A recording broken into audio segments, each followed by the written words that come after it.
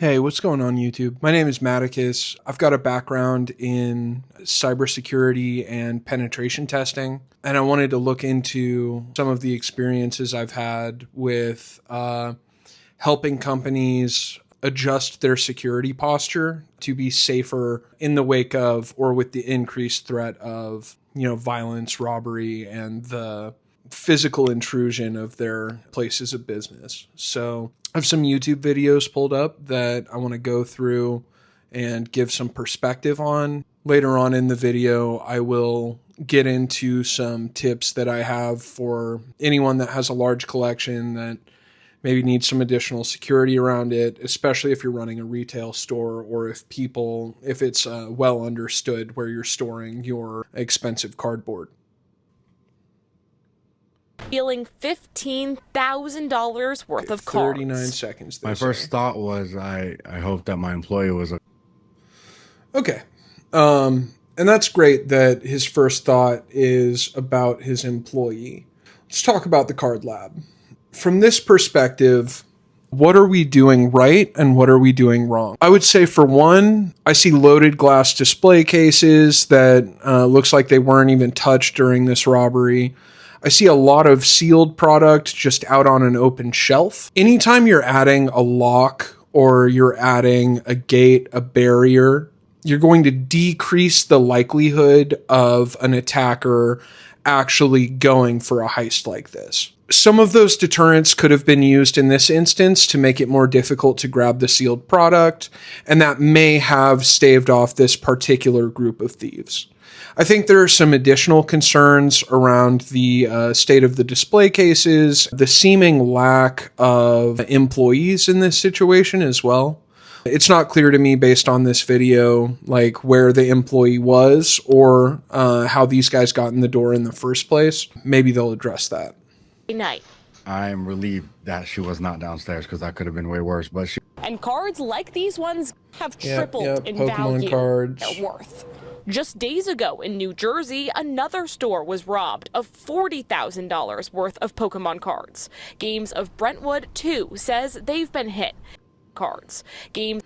Okay, so right here, there they are, breaking through those deterrents we talked about before, right? So what's the issue here? We did have a locked display case here. These glass display cases are always going to be easy to intrude, right? Like defeating the door, defeating the window, defeating the wall. This is how these robberies take place. And these are the kinds of risk areas that you need to take into account. So if you have a card shop and you have $30,000 worth of product behind a locked glass shelf, you're putting too much weight onto the fact that you have a lock on that shelf. It's not an effective deterrent. Adding a cage in this instance would have helped, but of course, if they smash the glass, that could still really damage the product. Again, I'm not trying to speak poorly of any of these people that have experienced these robberies. My intention, and I hope for this to be kind of more a long-running thing that I do, diving into these robberies and maybe even getting an opportunity to work with some of these card shop owners on how to secure their property. Games of Brentwood, too, says they've been hit. All right. So as we're talking about these properties, right, what is the first way into this building? First of all, it's a shared space. So there could be adjacent doors from other businesses. That would be a point that you need to secure. This big wall of glass panels is great for, customers walking by and people walking in and foot traffic, and I get all that. But if you decide to put your card store in a strip mall, have a backup plan for your expensive merchandise, right? Have a safe installed. Try and work with your landlord to see if they will, pay for half the installation or something. If you just have a wall of glass windows, you cannot keep the thieves out. So you need to secure your merchandise somewhere where they won't be able to get to it. Whether that's on-site or off-site, just take it into account when you're doing your daily work. Stepping up their security in the last few weeks. Since we've had our incident here, we've completely rebuilt our security system. We made sure our alarms are much better. We put in different kinds of IR sensors. It's not going to stop someone who's really determined, but we're as ready as we can be. He says as the market Great goes response. down, the price of the card goes up. Right now, the most valuable card packs can be worth up to 7 digits. It's easy to move on the secondhand market, it's not traceable for a large part, and they're more valuable than they've ever been. Brentwood police are investigating. This is another thing worth mentioning. If you are running a card store and you have, say $100,000 worth of product on hand or more, it is worth reaching out to your local law enforcement agencies just to let them know that, hey, there have been a lot of robberies of similar scale and scope businesses to mine. And, my business is at this address. If you ever hear about it, blah, blah, blah. So in this video, we're going to see a little bit of a different situation where there are actual people under threat from the robber in question. And this situation was mostly handled well by the card shop owner and the other employees on site. And then they do something that's pretty stupid at the end.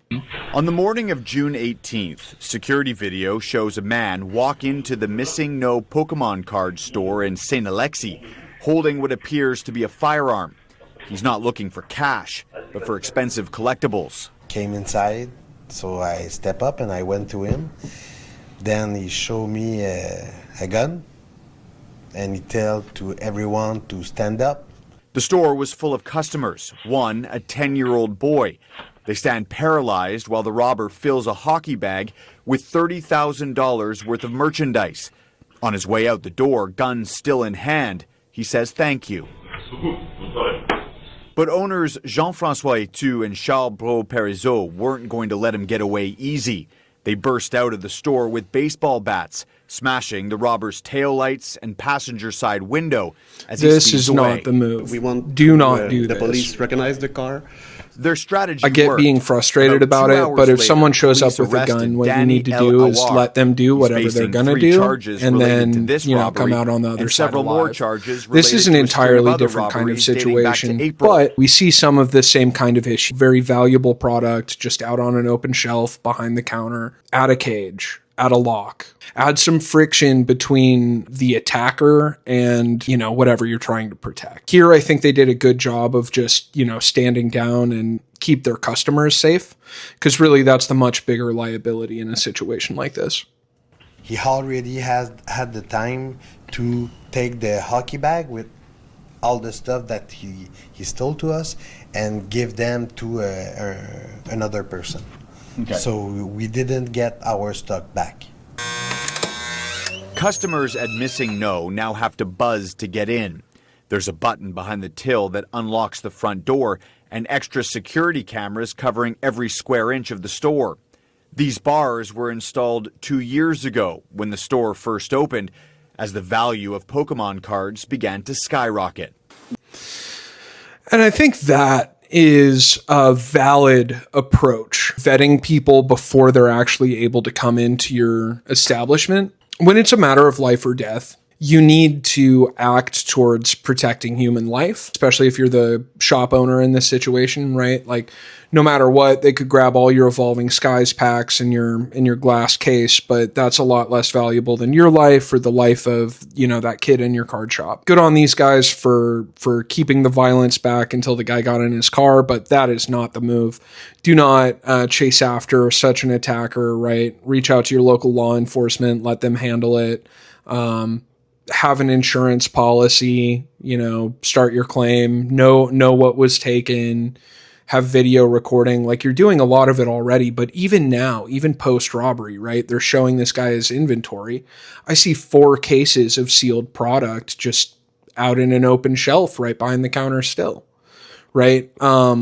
Once these videos go up and people see that your card shop is a valid target, you really need to move to secure your merchandise, or else it will happen again. This is a game it's not about not being a target. You will be a target. It's about being a more difficult target. It's about being a target that introduces more friction to the attack path here. They'll exploit whatever they can. They'll jump over the counter. They'll break the glass. They'll run a stolen vehicle into your building. And what are you going to do then, right? You need to account for these situations because they're happening in the real world. This is what they could have gotten. A valuable hobby is attracting a new kind of collector: thieves. That Discord was smashing through a glass door at 2 a.m. Wednesday, emptying smashing through a glass door at 2 a.m., right? All right, where's the the product? back shelf of Lurk's Oh, cards here we and go, out on collectibles an in open Gloucester shelf. Township. As sad as it sounds, it was bound to happen with the current craze of how Pokemon is and the popularity of it. Julian Salugo is the manager and says thieves made off with about $1,000 of cards. We had kind of like decoy boxes, kind of proxy boxes on the shelves, just in case we were prepared for something like this to happen. Really, really smart. Really, really, really smart. Have some boxes out that you have no intention of selling, that are, whether it's a low value product or it appears to be a higher value product than it is, like literally an empty booster box with rocks and stones in it. Taking this kind of a approach to an attacker who's looking at your business as an opportunity to like come up is exactly the kind of thing you can do to really limit the actual expense to you at the end of the day. Love this answer from this guy. It definitely seems like it's all connected. It's the same MO. Earlier in July, just 3 miles away, Frank Romaine's shop was hit. You've been broken into. Most of the stuff that was stolen was either sealed Pokemon wax or Pokemon slab. Thieves smashed display counters and made off with $10,000 in Pokemon cards in seconds. At the end of the day, this is a hobby. It's meant for families and kids and, collectors to enjoy. So, as best as possible, wish this never happened, wish it didn't happen. This red Ford appears in surveillance video from both card shop break-ins, and now Washington Township Police here have issued an arrest warrant for a 31-year-old. They say the other suspect they are still looking to identify. If you own a card shop right now in 2026, you can more or less expect to be targeted by this kind of behavior. What you can do. I talked about the safe. Let's talk now about how you can sell inventory without keeping it on site. If you're someone that has $100,000, $200,000 of inventory and you're moving through it at a regular pace, you're going to know what you need to actually have on site and what you could arrange for a pickup for. These slabs that these guys have are already being traded on eBay using all of the PSA Vault. There are many instances already where either authenticators or other trusted parties are holding on to these. I get that there's some novelty in having that physically on site, but if you have the PSA 10 Crystal Lugia from Aquapolis, when you're walking through the parking lot at a card show, that is a risk. You need to take that risk into account. What is that, a $40,000 to $60,000 card? That's a lot of money. That's life-changing money for somebody. The more people know where you are and where you're keeping your expensive Pokemon cards, the better and easier of a target you become. I'd like to see more card shops introducing like a badge-in system, any entrances that are not open to the public. When you are bringing someone in from the public, have some way of vetting that person, whether, depending on your risk profile, you may need to introduce metal detector or some other mechanism for making sure that that person either can't enter or can't leave once they have entered. In the instance that you're going to trap the attacker in the store, you need to have a safe location to be able to, provide to your customers and your employees. Really, the issue with these kind of strings of thefts is it's going to impact insurance for your business. All of the kind of solutions to these problems that we've talked about are expensive to implement. Everything comes at a cost, right? I think the one thing I learned from what we watched today is definitely the idea of introducing like kind of decoy boxes. I think that is really, really smart. I think if you have slabs or sealed product that's worth over $1,000, you should keep that in a location that is not easy to tamper with or get into. Just be prepared for that. It's worth mentioning that a motivated attacker with enough resources will always be able to pull off these kinds of attacks. And that's where having a good insurance policy and, just being prepared for an incident of this scale is really important, right? Like if all the inventory you have on site is all the inventory you have and you wouldn't be able to bounce back from losing it, take it into account that you might need to start putting some inventory back for if something like this does happen to you. In the future, I'd like to talk more about the cybersecurity side of things and even some of the control systems you can introduce, like man traps and badged entry, and the ways that those can be bypassed, right? Because everything you introduce can be bypassed. But I really think that if we start the trend of adding a little bit of friction at every possible avenue, we're going to see these robberies really rapidly decrease.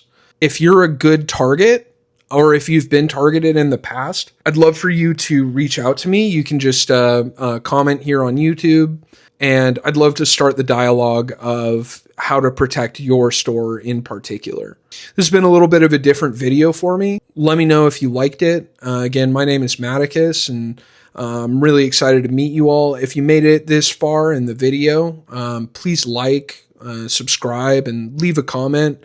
Let me know what else you'd like to see me talk about, or if there are other cybersecurity concepts that you think could intertwine with the trading card community. I'd be very interested. Until next time, see ya.